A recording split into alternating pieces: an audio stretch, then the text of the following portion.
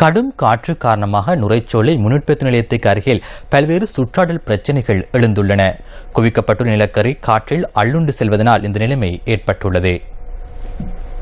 2015 ஆண்டுக்கான நிலக்கரி கொள்வனவின் போது வழங்கப்பட்ட விலை மனு உள்ளிட்ட பல்வேறு விடயங்கள் தொடர்பில் அமைச்சர் ரஞ்சித் சிமலாபிட்டிய அண்மையில் பாராளுமன்றத்தில் தெளிவுபடுத்தினார். அவருடைய கருத்தின்படி விலை மனுவிற்கு விண்ணப்பித்த நிறுவனங்களில் 5 தரங்களை உள்ளடக்கி நோபல் ரிசோர்ஸ் நிறுவனம் ஆக குறைந்த விலையை முன்வைத்திருந்தது. 5 நிர்ணயங்களின் நிலக்கரியின் பருமன் தொடர்பான நிர்ணயம் நீக்கப்பட்ட ஆக குறைந்த விலையில் நிலக்கரியை பெற்றுக்கொள்ள முடியுமான விநியோகஸ்தராக சுவிஸ் சிங்கப்பூர் நிறுவனம் தகுதி பெற்றது. உலகில் 42 நிலக்கரி விநியோக உடன்படிக்கைகளை ஆராயும் போது எந்த ஒரு நாடும் நிலக்கரியின் பருமனுக்கு ஏற்ப விலையை கூட்டி குறைக்கவில்லை என அமைச்சர் சுட்டிக்காட்டியிருந்தார். கடந்த 5 வருடங்களில் இலங்கைக்கு நிலக்கரி கொண்டுவரப்பட்ட 78 கப்பல்களில் 2 கப்பல்களில் மாத்திரமே பருமனை அடிப்படையாக வைத்து விலை மாற்றம் அடைந்துள்ளதாக அமைச்சர் கூறினார். அத்துடன் அவ்வாறு கொண்டுவரப்படும் நிலக்கரியை இறக்கும் போது அதன் பருமனை அளவிடுவதற்கான வசதிகள் இலங்கையில் இல்லை எனவும் அமைச்சர் பாராளுமன்றத்தில் தெளிவுபடுத்தியிருந்தார். நிலக்கரியின் பருமன் தொடர்பில் குறைந்த கவனம் செலுத்தப்பட்டுள்ள பின்புலத்தில் நாட்டிற்கு கொண்டுவரப்பட்டுள்ள நிலக்கரியில் சிறிய துகள்கள் காணப்படுவதனால் இன்று சுற்றாடலுக்கு அதிக பாதிப்பு ஏற்பட்டுள்ளது. காற்றில் அடித்து வரப்படும் நிலக்கரி துகள்கள் காரணமாக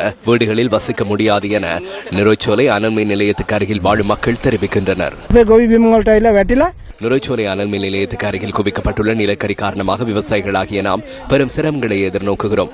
சுகாதார ரீதியில் நாம் பாதிக்கப்பட்டுள்ளோம். இது குறித்து அதிகாரிகளுக்கு பல தடவைகள் எடுத்துக் கூறியும் எவ்வித நடவடிக்கையும் எடுக்கப்படவில்லை.